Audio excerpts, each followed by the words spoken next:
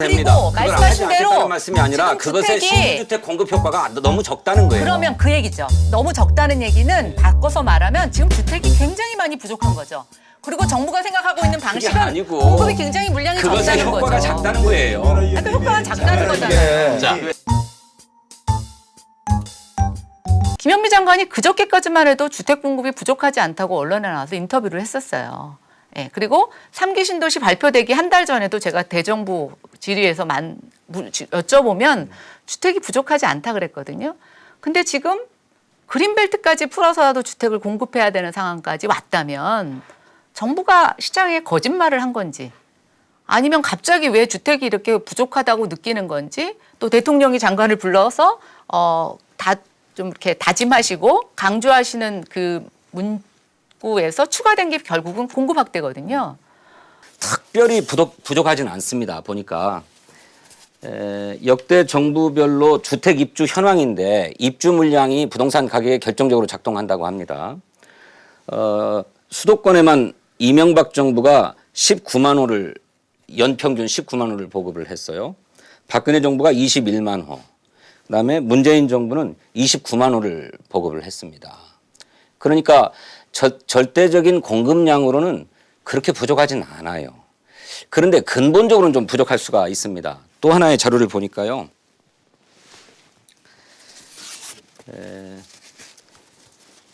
역대 정부가 연도별로 수도권에 택지를 지정하고 공급한 현황인데 뭐 파란색은 지정 현황이고 붉은색은 공급 현황입니다.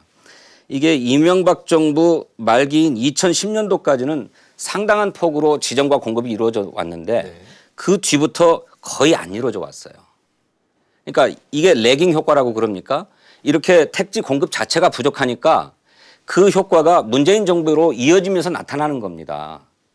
그런데 자꾸 공급이 부족하다고 하니까 문재인 정부는 어떻게 해서든 공급을 확대하기 위해서 나름대로 노력을 많이 해왔어요. 진 의원님이 얘기하신 것 중에 문재인 정부 안에서 입주 물량이 박근혜 정부나 MB 정부 때보다 많았다고 얘기를 하시는데 그 옆에 그래프는 설명 안 하시네요. 서울은 역대 정부보다 그렇게 많지 않았습니다. 아마 옆에 지금 수도권 말씀드렸습니다. 네, 아니요. 근데 거기 아까 수도권하고 서울을 보시면 서울은 뭐 택지 공급할 데가 별로 없으니까. 예, 그러니까 지금 이게 주택의 총량의 물량이 아니라 아까 말씀하셨잖아요.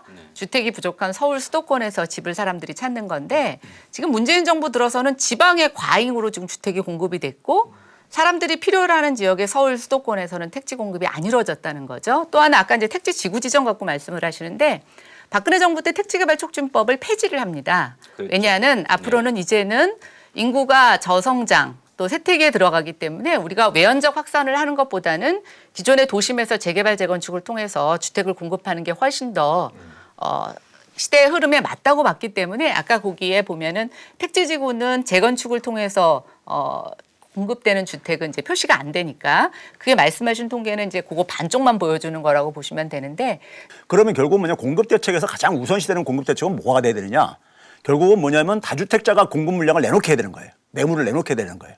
그러고 나서 이제 그걸로도 부족할 경우에 신규 주택 공급이 돼야 된다는 얘기죠. 그러면 다주택자들이 공급 물량을 내놓게 하려면은 결국 보유대에 대한 부담을 증가시켜야 되는 거예요. 그러니까 다주택자들이 왜 그동안에 그러니까 우리가 지난 3년 동안에도 더 집을 늘렸어요. 늘린 이유는 왜 그렇겠습니까? 보유하는 게 보유에 따른 이득이 더 크기 때문에 보유를 한 거라고요. 보유하는데 손실이 더 크다면 누가 보유하려고 하겠습니까? 이 문재인 정부가 탄생한 이래 계속 어떤 시그널을 주느냐. 투기 억제라는 정책의 주 목표가 투기 억제입니다. 불로소득 환수하겠다. 다주택자 보유 억제하겠다. 네. 그래서 지금 말씀하신 대로 공급을 새로운 수요자들의 미래 새로운 새집 보다 질 좋은 집에 대한 수요로 정상적인 수요가 변화하고 있는데 그거는 외면하고 지금 말씀하신 대로 다주택자를 압박을 함으로 해서 주택의 시장에서 다주택자들의 공급을 보다 유발하겠다. 그거는 굉장히 어불성설이라는 거죠. 왜냐하면 거기에는 기존의 수요들이 있어요 지금. 근데 그걸 갖다 억지로 그 사람들한테 공급을 내놓게 한다. 이것은 오히려 그렇게 한다는 것도 의미도 있을 수 있지만 결과적으로 그분들을 공급을 유도해내기 위한 방법이 오히려 인센티브를 줬다면 예를 들면 보유세는 좀 더 늘려주더라도 양도세를 좀 완화해준다든가 이러면은 이분들이 공급을 내놓을 수 있죠. 그런데 이번 대책을 보면은 보유세도 올리고 양도세도 올렸다는 얘기죠. 그 얘기는 한마디로 당신들 집 내놓지 말란 얘기라. 아까 입주 물량은 과거에 비해서 많아졌는데 왜 이게 주택 공급이 적다고 하느냐. 자, 주택 공급이라는 것은 앞으로 내년 이후에 어떻게 많이 공급이 나올지 그게 사실 중요한 그 관전 포인트인데 실제 이 정부 들어서는 지금 각종 규제가 굉장히 많습니다. 예, 심지어 뭐 아까 말씀드린 대로 원가 공개라 또는 각종 이제 토지용 규제도 과거보다 더 강해지고요. 자, 그러다 보니까 공급 요인들이 굉장히 위축이 돼 있는 거죠. 지금 젊은이들이 막 불안해하고 정부도 지금 조급해졌어요. 다주택자 집을 팔 것 같지 않거든요. 그리고 팔아도 지방의 집을 팔지 서울의 집을 안 팔고 똘똘한 한 채들을 갖고 있으니 정부가 조급해진 겁니다. 그래서 지금 생각한 게 그린벨트를 해제하는 거죠. 근데 저는 역으로 묻고 싶습니다. 지금 일기 신도시의 노후주택을 리모델링해서 밀도를 높이고 기존에 약속했던 광역교통망만 확충하면 충분히 서울에서 출퇴근한 주택 공급을 만들 수가 있어요. 두 번째, 2기 신도시도 아직 공급이 다 완공되지가 않았습니다. 그거를 조금 더 빨리 해도 충분히 공급이 될 수 있어요. 그런데 왜 그거 놔두고 또 신도시입니까? 또 그린벨트 해제입니까? 제가 보니까 그러니까 재건축을 통해서 늘릴 수 있는 주택의 수는 한계가 있습니다. 재개발도 마찬가지예요. 43년 동안 재개발을 했는데 그중에 공급된 것은 33만 호밖에 안 됩니다. 3기 신도시 한 방으로도 30만 호를 하고 거기에 더해서 70만 호까지 공급하겠다고 정부가 발표했는데 그러니까 1기 신도시를 재건축하거나 재개발해가지고 충분한 공급을 할 수 있다? 그거는 우리 의원님만의 계산입니다. 현실적으로는 그렇지 않아요.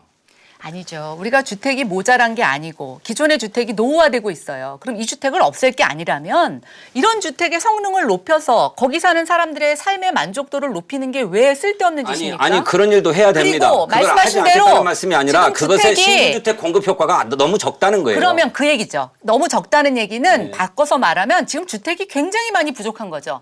그리고 정부가 생각하고 있는 방식은 아니고 공급이 굉장히 물량이 그것의 적다는 효과가 거죠. 작다는 거예요. 그러니까 효과가 작다는 거잖아요.